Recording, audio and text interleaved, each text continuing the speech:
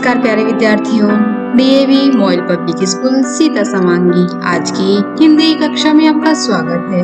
मैं आपकी विषय अध्यापिका आज आपको अपनी कक्षा चौथी में पढ़ाने जा रही हूँ। पाठ 15 होली के रंग हजार का आज हम करेंगे भाषा अभ्यास भाग 2। प्यारे विद्यार्थियों, हमने पिछली कक्षा में इसका भाषा अभ्यास भाग 1 कर लिया है, जिसमें हमने 1 से 5 तक के प्रश्नों का हल कर लिया है। आशा करती हूँ आपने भी उन प्रश्नों के हल कर लिए होंगे। अब आगे के जो प्रश्न हैं हम आज की कक्षा में करेंगे। आइए आप भी अपनी अभ्यास पुस्तिका निकाल लीजिए और आगे के प्रश्नों के हल के लिए तैयार हो जाइए। आइए प्रश्न पढ़ते हैं। नीचे दिए गए वाक्यों को सही करके लिखिए। नीचे जो वाक्य है वह अशुद्ध है, उसे हमको सही करके पूर्ण करना है। वाक्य पढ़ लेते हैं। मेरे को मत मारो। वाक्य पढ़ने से क्या हो रहा है कि यह वाक्य अशुद्ध है, तो इसे हम शुद्ध कैसे करें? मुझे मत मारो।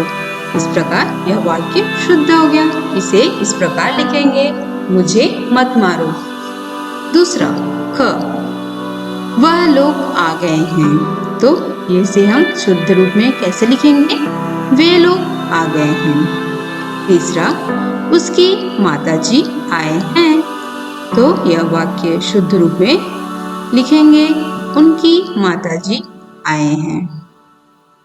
आई है, उनकी माताजी आई है। इसे हम इस प्रकार लिखेंगे। आप भी मेरे साथ साथ इन प्रश्नों के हल अपनी अभ्यास पुस्तिका में लिखते जाएंगे। घ, एक फूलों की माला दे दो, तो इसे हम शुद्ध रूप में लिखेंगे, फूलों की एक माला दे दो।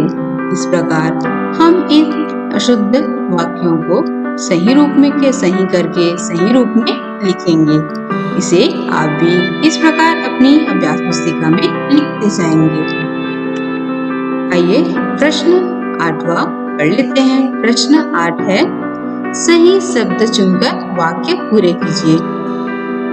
आइए खाना खा खाली स्थान पूर्ण विराम। यहाँ पर कुछ विकल्प दिए गए हैं, जिसमें से एक शब्द चुनकर हमें वाक्य पूर्ण करना है। तो इसमें क्या आएगा?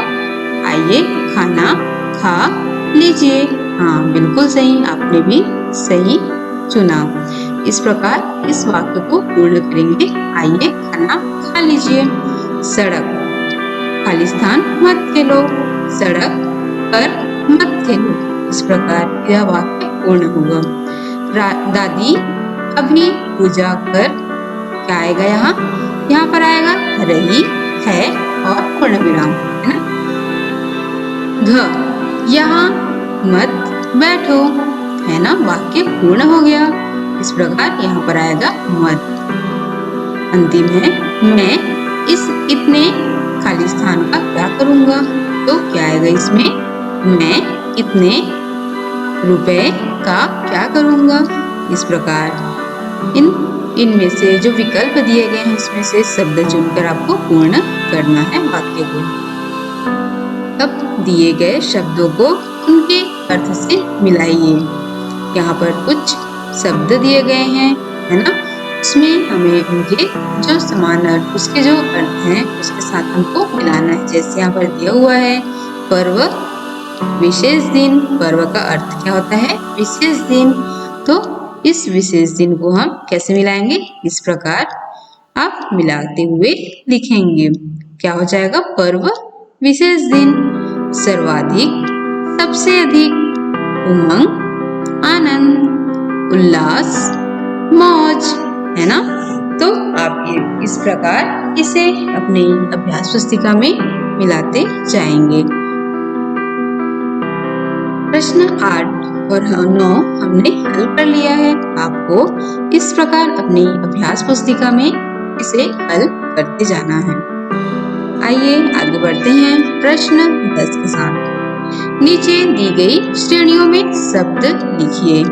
यहाँ पर र के रूप के अलग अलग श्रेणी दिए हुए हैं।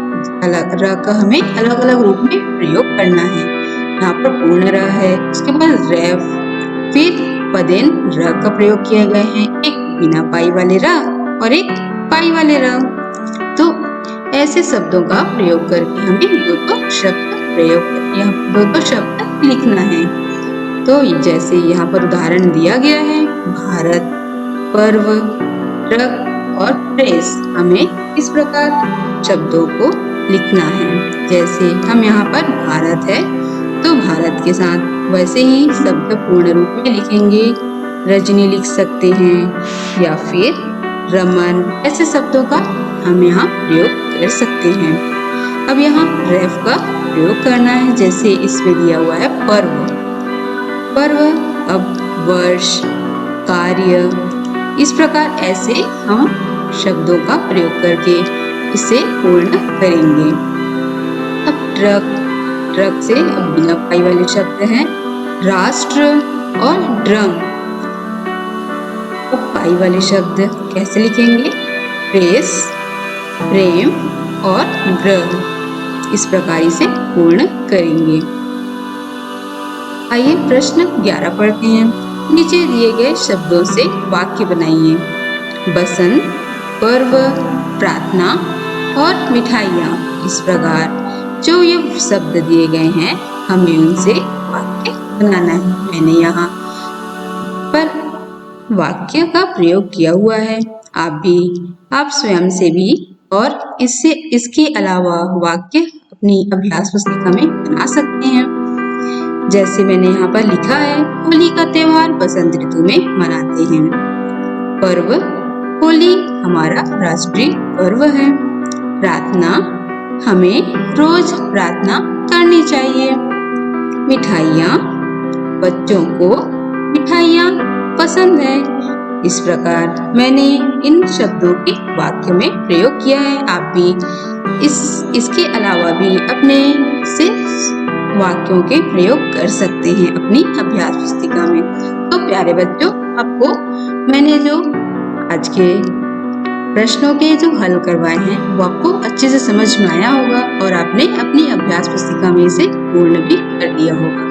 तो अब आप आगे करेंगे कुछ अभ्यास कार्य। अभ्यास कार्य में आपको करना है, होली के त्योहार पर मित्र को होली खेलने के लिए निमंत्रण देते हुए पत्र लिखिए। आपको अपने मित्र को होली के त्योहार पे होली खेलने के लिए निमंत्रण देते हुए आपको पत्र लिखना है। आशा करती हूँ आपको आज की यह कक्षा अच्छे से समझ में आई होगी। तो आज के लिए बस इतना ही। अगले वीडियो में अगले विषय के साथ पुनः मिलते हैं। तब तक के लिए धन्यवाद।